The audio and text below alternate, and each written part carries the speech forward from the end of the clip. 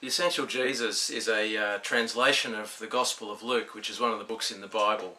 And I just want to give you some basic information on the Gospel of Luke now, so that just to help you approach the Essential Jesus as you come to read it.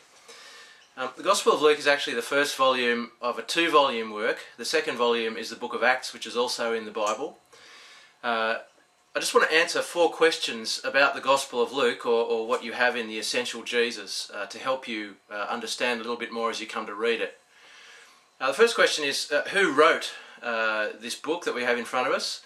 Well, Luke, we know from the rest of the Bible, was a doctor, an educated man. He was probably a Gentile, which means he was not a Jew. He was a close friend and co-worker of the Apostle Paul. Luke himself probably didn't know Jesus in the flesh. He probably never met him in the flesh, but he knew plenty of people who did. And as he says at the start of the Essential Jesus, the Gospel of Luke, that he investigated everything thoroughly, having spoken to the eyewitnesses, and he put his account together very carefully. The second question, when was the Gospel of Luke written? Well, it was probably written in the early 60s AD, maybe say 62 AD, somewhere around there. That's when it was completed in the form that we have it today. That's pretty significant because it means it was just 30 years after the death and resurrection of Jesus.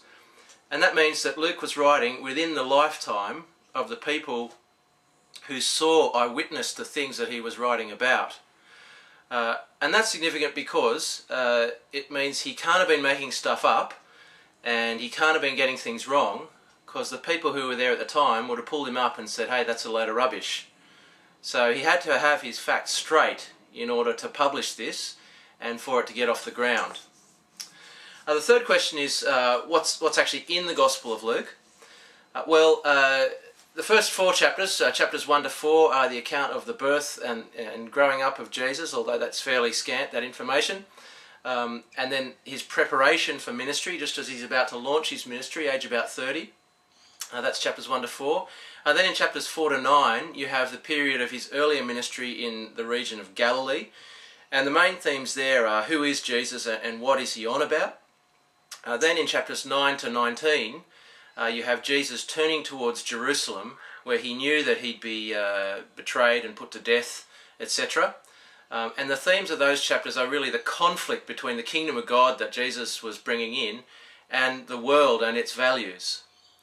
Then in chapters 19 to 21, there is Jesus in Jerusalem, and he's in conflict with the Jewish authorities, and they're having a go at him and trying to get him. And then in chapters 21 to 24, you have the account of the betrayal, the trial, the crucifixion, the burial, and then the resurrection, appearances to his disciples, and then his ascension into heaven at the end of the Gospel of Luke.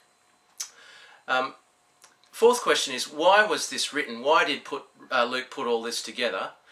And he says at the very start that the reason he's writing was that so that you, that is, I guess, Christians, may know the certainty of the message you were taught.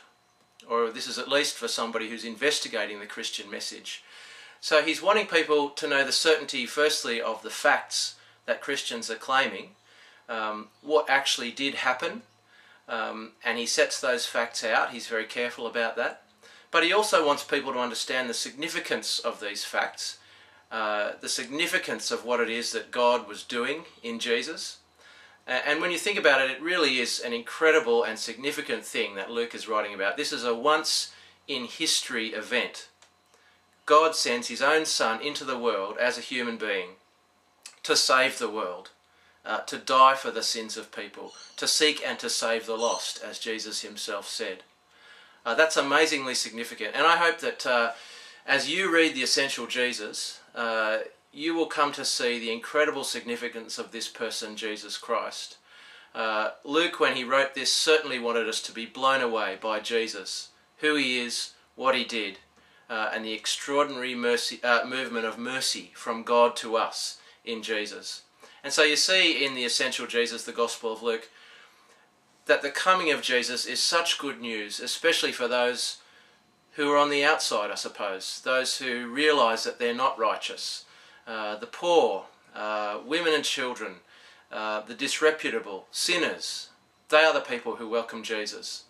And I hope that you'll see that Jesus is worth welcoming as well as you read through it.